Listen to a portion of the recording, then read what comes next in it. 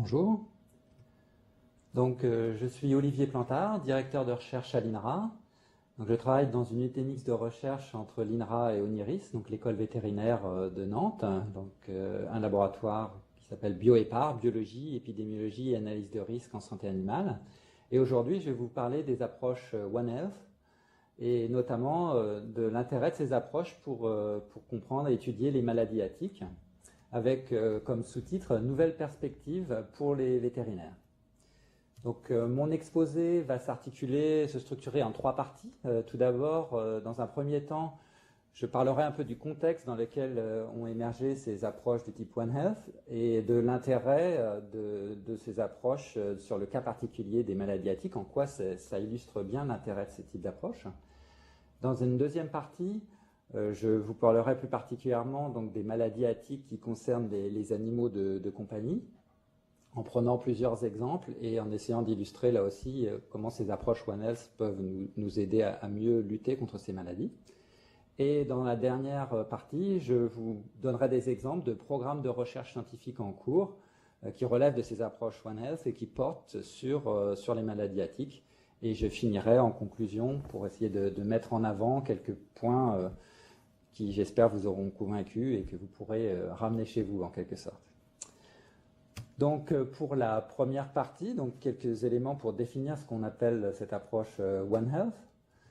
Donc ce type de travaux est apparu dans les années, à la fin des années 70, je dirais, à un moment où on s'est rendu compte que les activités humaines impactaient de façon majeure l'ensemble de la planète, à travers par exemple l'émission de gaz à effet de serre, et leur impact sur le changement climatique. Donc, ce sont notamment les travaux de l'Intergovernmental Panel on Climate Change, qu'on appelle GIEC en français.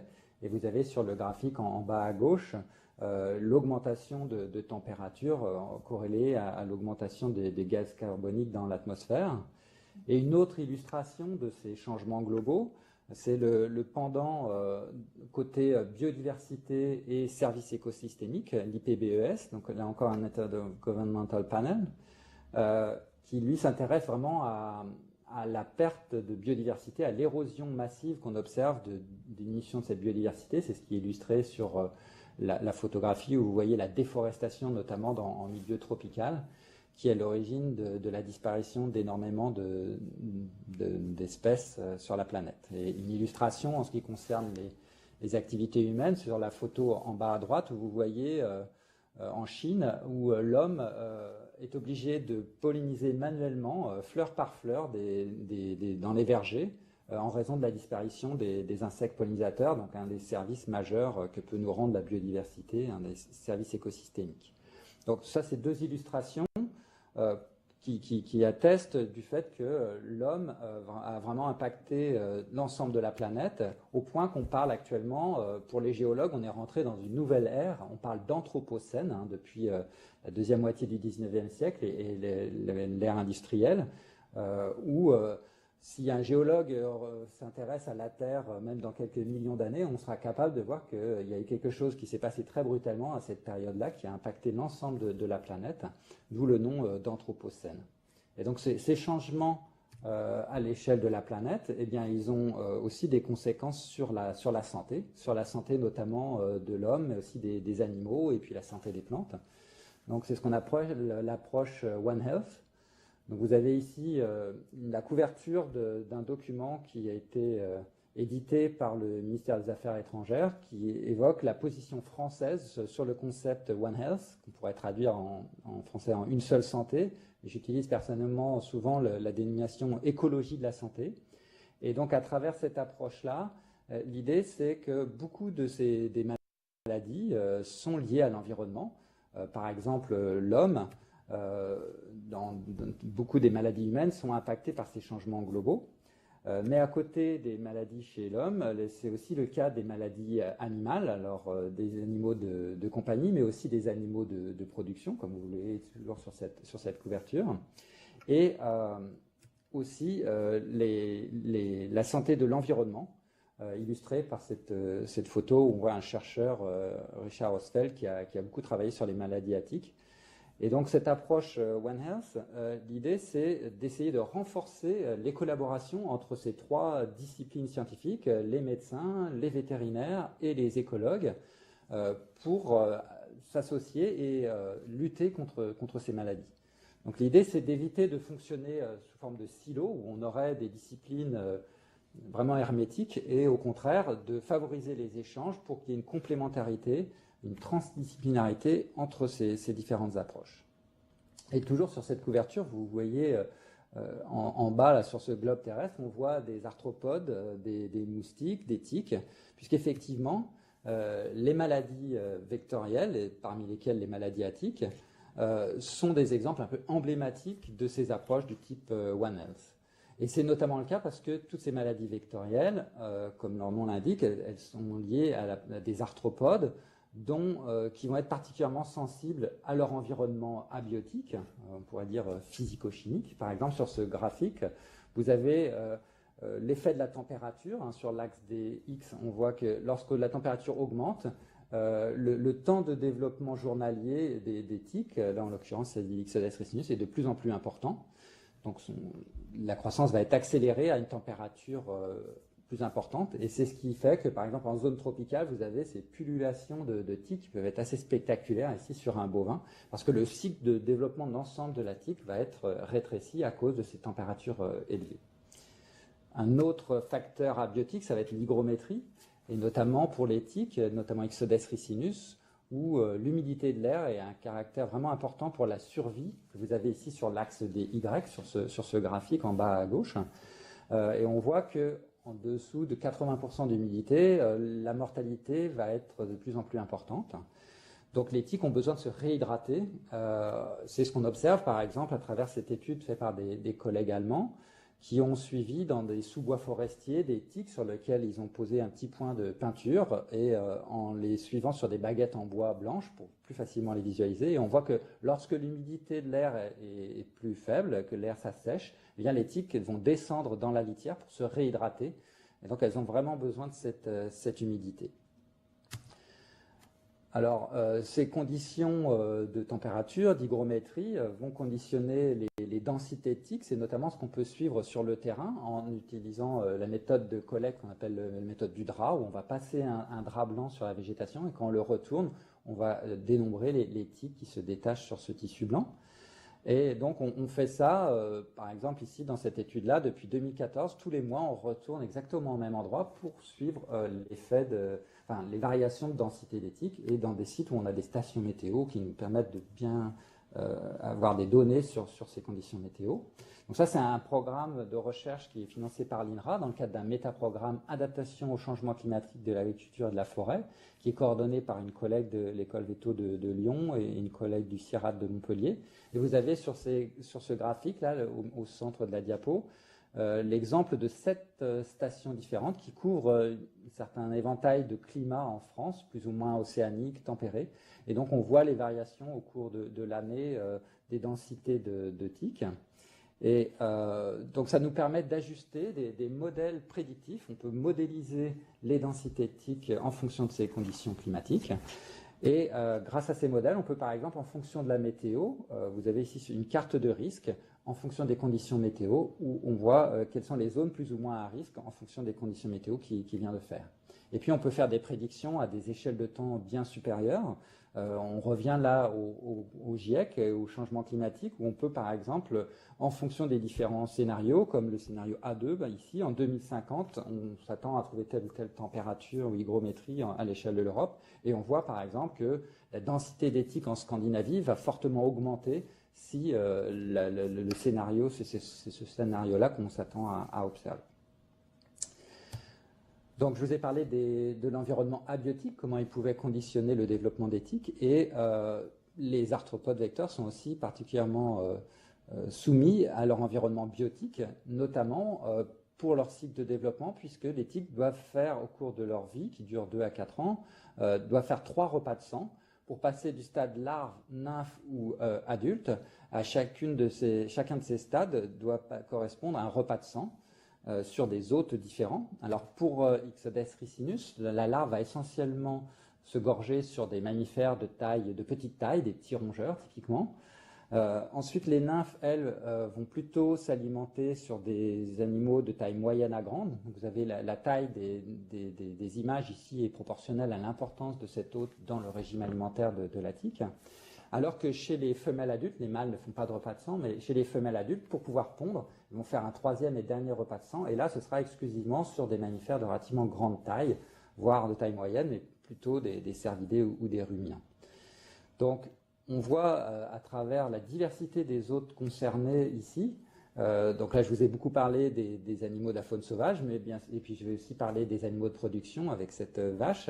Mais les chiens, les chats sont bien sûr utilisés par Ixodes ricinus comme hôtes pour faire leur repas de sang. Donc, on voit qu'il y a la biodiversité des hôtes utilisés par l'éthique va avoir différentes conséquences, notamment sur la densité des hôtes, les mouvements des hôtes, mais aussi en retour la densité des tiques et les mouvements des tiques qui vont se déplacer accrochés sur leurs hôtes. Et cette biodiversité des hôtes, elle va aussi impacter la compétence en tant qu'hôte, elle va être aussi liée au fait que la compétence en tant qu'hôte de nourrissage des tiques est variable d'une espèce d'hôte à l'autre. Et la compétence en tant que réservoir de pathogènes va être aussi variable d'une espèce d'hôte à l'autre. Donc la biodiversité va vraiment agir à tous ces niveaux-là.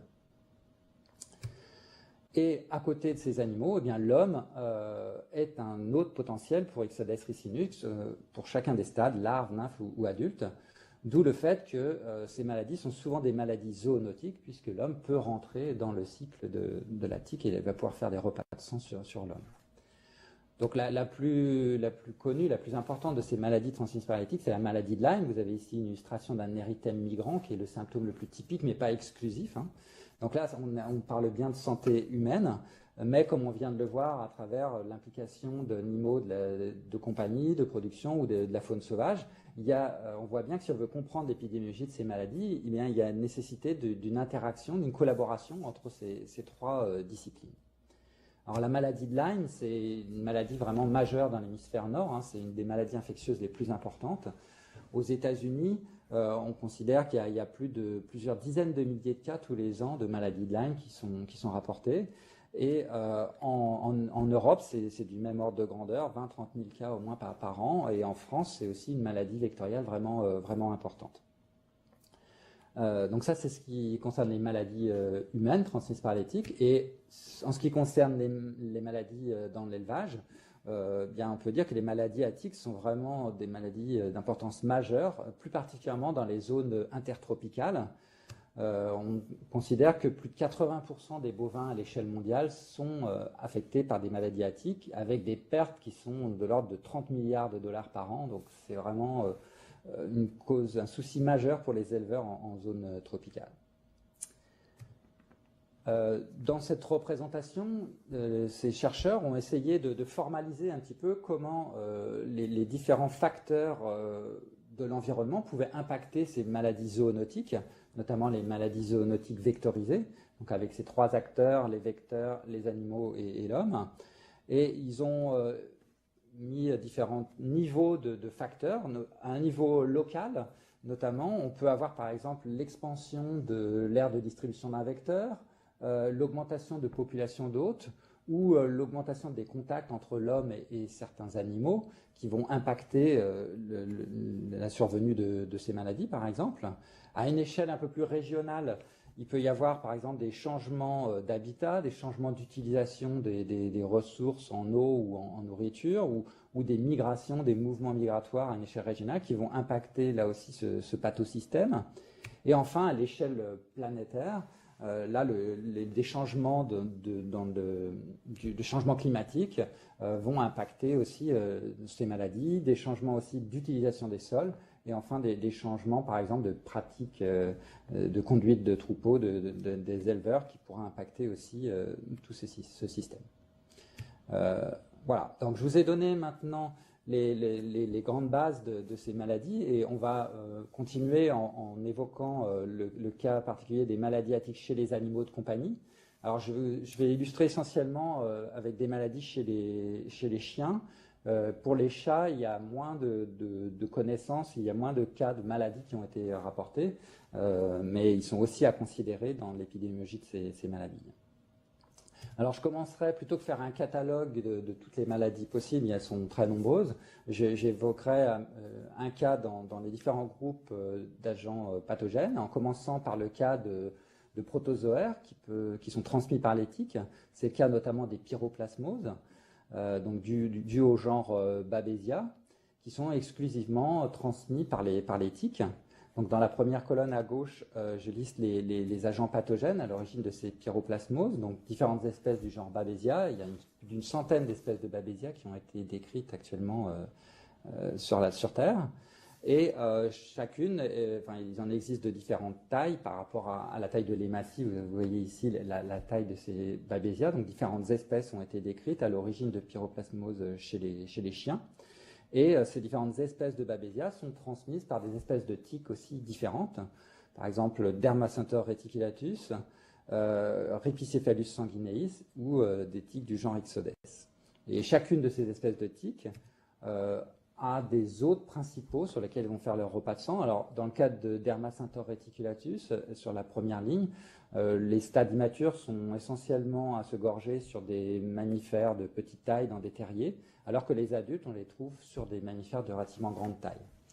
Rhipicephalus sanguineus, c'est la tique brune du chien, donc c'est vraiment une tique inféodée au chien, ou je dirais même au chenil.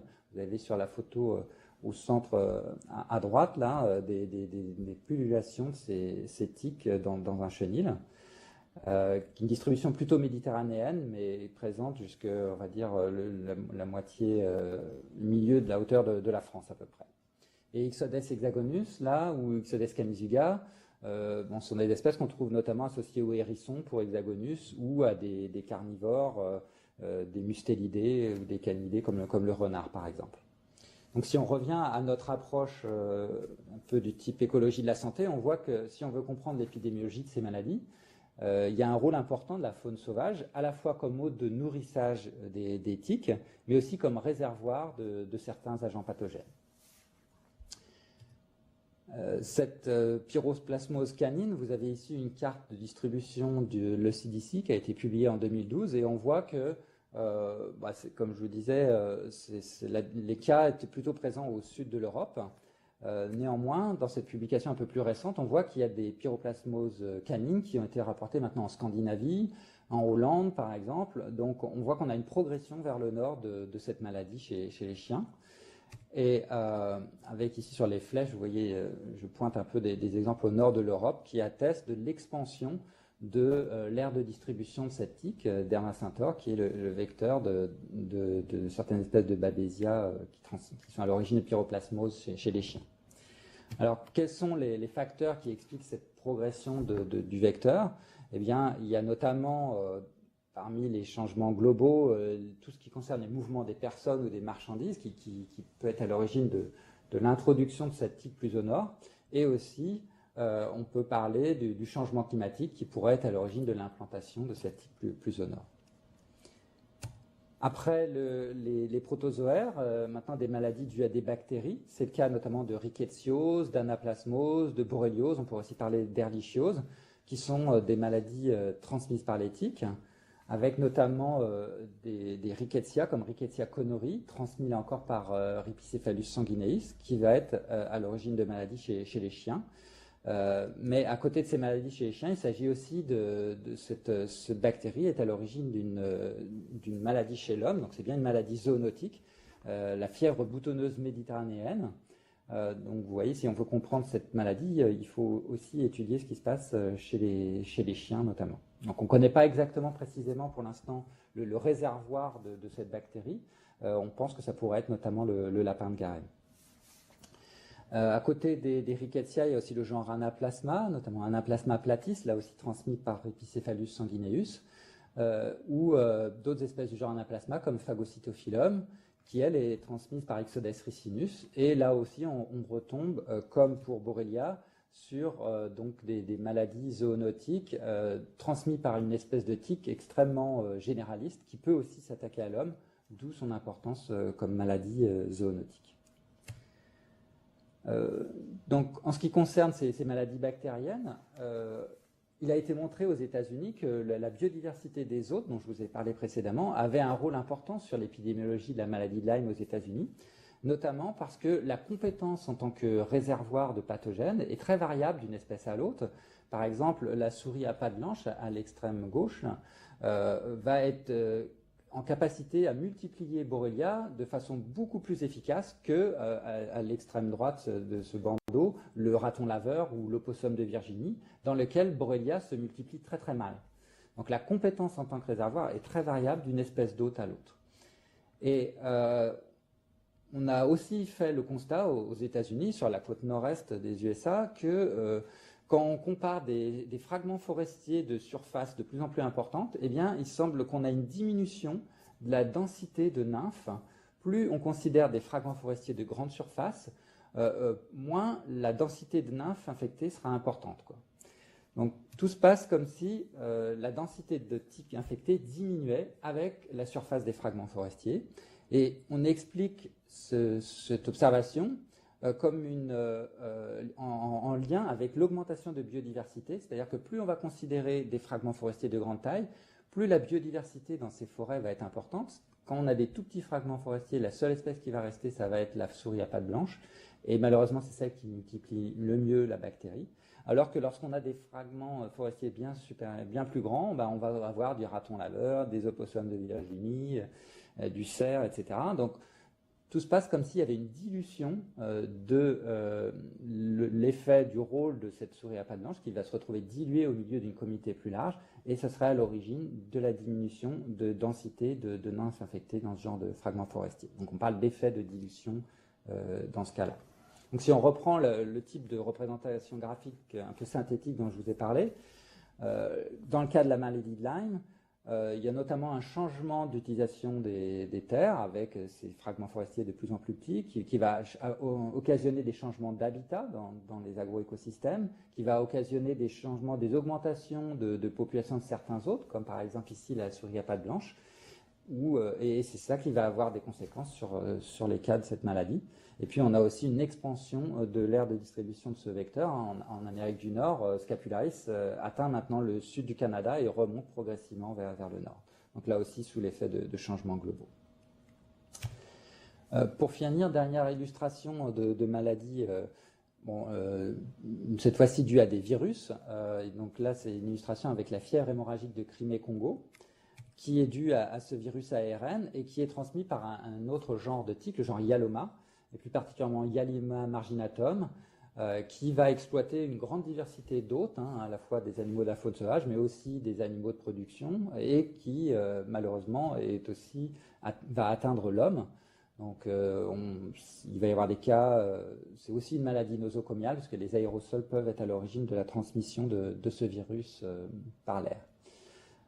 Donc, cette tique va transmettre ce virus, et c'est une maladie très grave chez l'homme. Vous avez plusieurs milliers de cas mortels en Turquie. Vous avez en bas à gauche une illustration des symptômes que peut occasionner ce type de fièvre hémorragique. Donc c'est une maladie en recrudescence qui est en train de progresser de plus en plus vers l'ouest de l'Europe et qui préoccupe les instances européennes de santé publique, bien sûr. Et notamment parce qu'il semblerait qu'on a une augmentation de l'aire de distribution de cette espèce de vecteur, là, de Yaloma marginatum. Vous avez à nouveau la carte établie par l'ECDC en 2012, et vous voyez sur cette carte que la France était jusqu'à présent indemne de la présence de ce vecteur. Sauf que des collègues du CIRAD de Montpellier ont pu attester de la présence maintenant de cette tique qui s'est installée. C'est plus seulement une présence sporadique. Manifestement, cette tique est bien présente dans le sud de la France, dans l'Hérault, mais ils ont fait d'autres études depuis. Elle est présente jusque la région de Nice, jusqu'à Carcassonne, Perpignan. Donc elle est bien installée maintenant sur le pourtour méditerranéen dans le sud de la France. J'ai rajouté cette petite étoile rouge là. Yaloma est bien présente maintenant en France et est bien installée. Et donc cette espèce, on la trouve notamment c'est une tique qui va chasser activement, non pas à l'affût sur la végétation, mais en courant vers son hôte. Et on la trouve notamment sur les chevaux, donc en Camargue. On peut utiliser le cheval comme une espèce d'animal de sentinelle pour attester de sa présence dans les agroécosystèmes. Donc il y a un lien là encore avec la faune sauvage. On pense notamment que tous les ans, à travers les migrations prénuptiales des oiseaux qui remontent depuis l'Afrique vers l'Europe, eh bien, ces oiseaux peuvent parfois porter des tiques.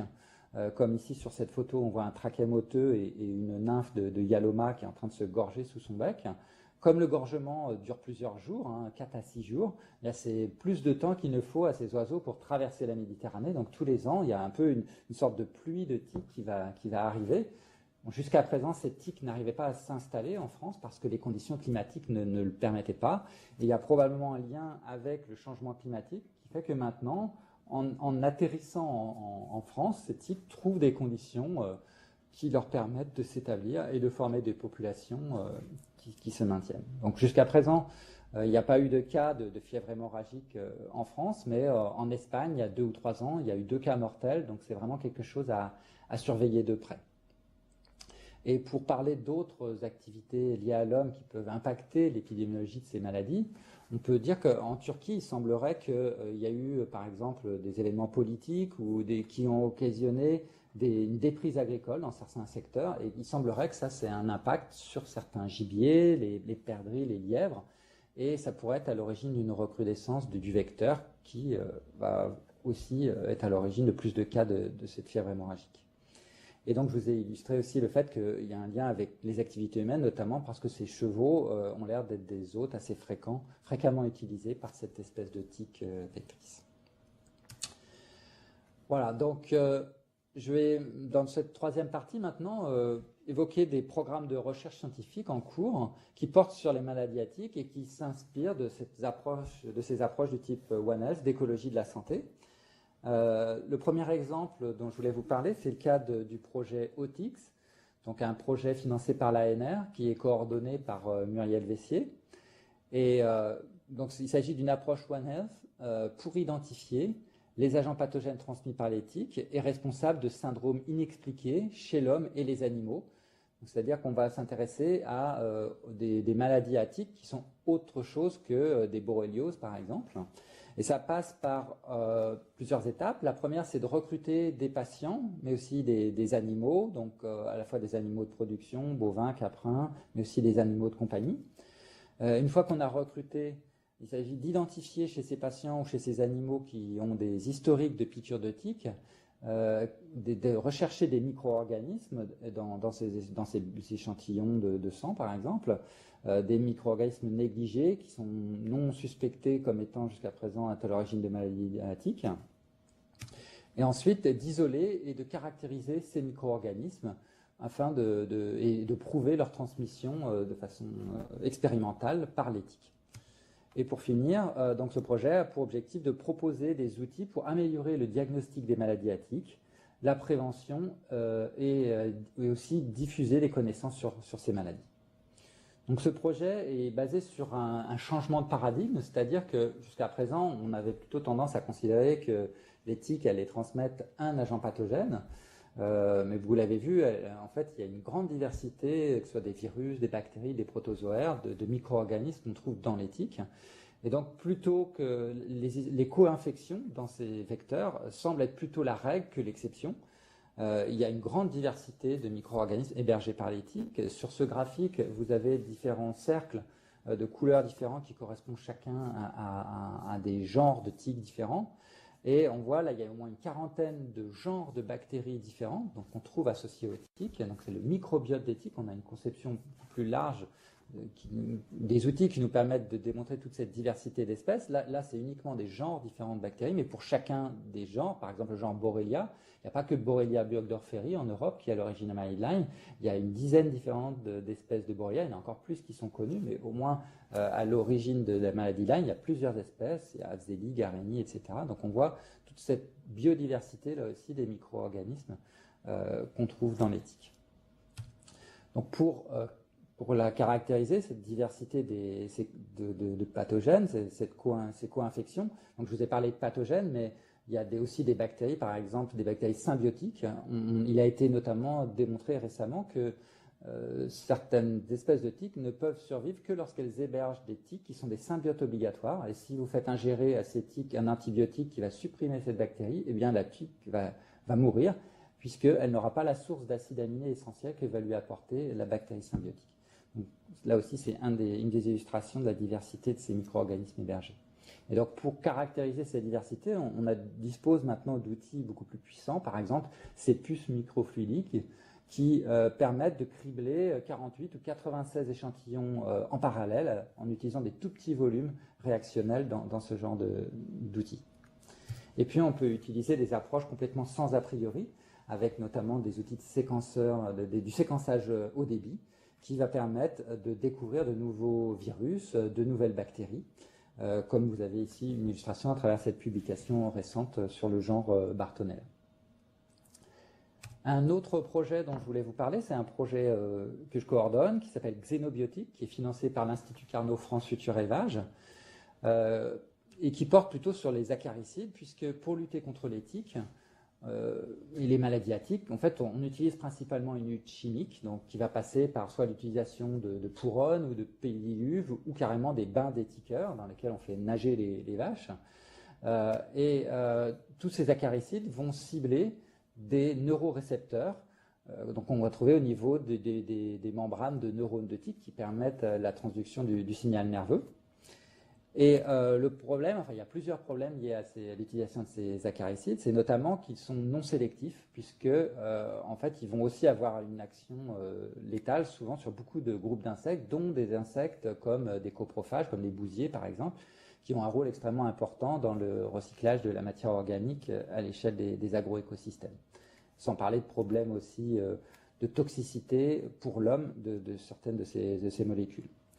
Un autre problème lié aux acaricides, c'est l'apparition de résistance. Donc vous avez sur le graphique une espèce de frise chronologique qui rapporte que depuis le début de l'utilisation de molécules pour lutter contre les tiques, les premiers à utiliser c'était de l'arsenic. En fait, les bains d'étiqueurs, c'était des bains d'arsenic.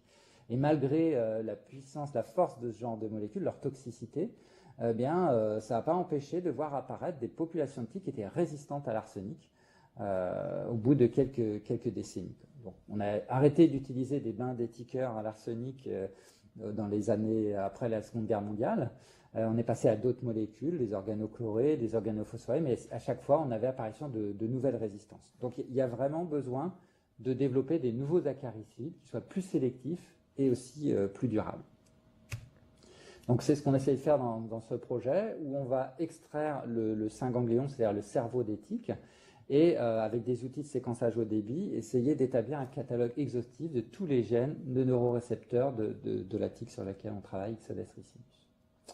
Dernier projet, je voulais évoquer aussi le fait qu'on peut élargir la santé non seulement animale ou humaine, mais aussi à la santé végétale, en évoquant le fait qu'en Afrique, par exemple, on s'est rendu compte qu'il est plus difficile de lutter contre les moustiques et la malaria qui transmettent, puisqu'il y a une corrélation entre l'utilisation des insecticides dans les cultures de coton et la résistance de moustiques, ici par exemple en Côte d'Ivoire ou au Burkina Faso, puisqu'on va utiliser les mêmes molécules. Vous avez ici dans ce tableau les sites d'action et les modes d'action de tous ces acaricides qui en fait vont cibler les mêmes molécules chez les insectes ou chez les acariens, que ce soit des insectes parasites de plantes ou parasites des animaux.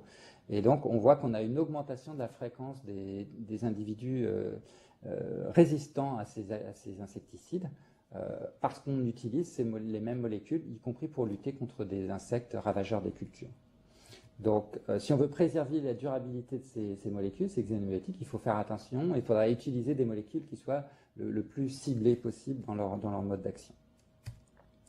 Et dernier projet que je voulais évoquer, c'est le projet CITIC, donc un projet de sciences participatives coordonné par Jean-François Cosson, où les citoyens peuvent aider à la recherche sur les tiques et les maladies qu'elles transmettent. Donc ça passe par le téléchargement d'une application sur smartphone qui s'appelle Signalement tique, sur laquelle vous pouvez vous-même rentrer les cas lorsque vous êtes fait piquer, l'endroit où vous avez été piqué, et puis vous allez géolocaliser l'endroit où vous pensez vous êtes fait piquer par des tiques. Donc ça permet de générer ce type de carte où on peut essayer de localiser où les gens vont rapporter le plus de cas de piqûres de tiques. On a eu notamment la surprise à travers le dépouillement de ces premiers résultats que plus d'un quart des cas de piqûres de tiques avaient été rapportés par des gens qui se seraient fait piquer dans leur propre jardin, donc pas seulement dans des massifs forestiers ou autres. Et cette application, il y a actuellement... vous avez ici les chiffres de téléchargement et on voit qu'elle est en train d'être développée notamment pour les vétérinaires, pour les animaux de compagnie, afin d'essayer de recueillir le maximum de données et mieux cartographier les maladies à tiques à l'échelle de la France. Donc en conclusion, j'espère vous avoir convaincu du fait que les maladies à tiques résultent d'interactions complexes entre de nombreux acteurs de ce pathosystème et à différentes échelles d'intégration. Qu'à ce titre, l'écologie et la biologie évolutive sont particulièrement utiles pour mieux comprendre l'épidémiologie de ces maladies et pour mettre au point des nouvelles méthodes de lutte qui soient plus efficaces et plus durables. Et que les vétérinaires jouent un rôle important, non seulement pour soigner les animaux de compagnie, par exemple, par rapport aux maladies à tiques auxquelles ils sont confrontés, mais aussi pour préserver l'homme de ces maladies à tiques. Et au final, je vous remercie pour votre attention et suis à votre disposition pour répondre à vos questions.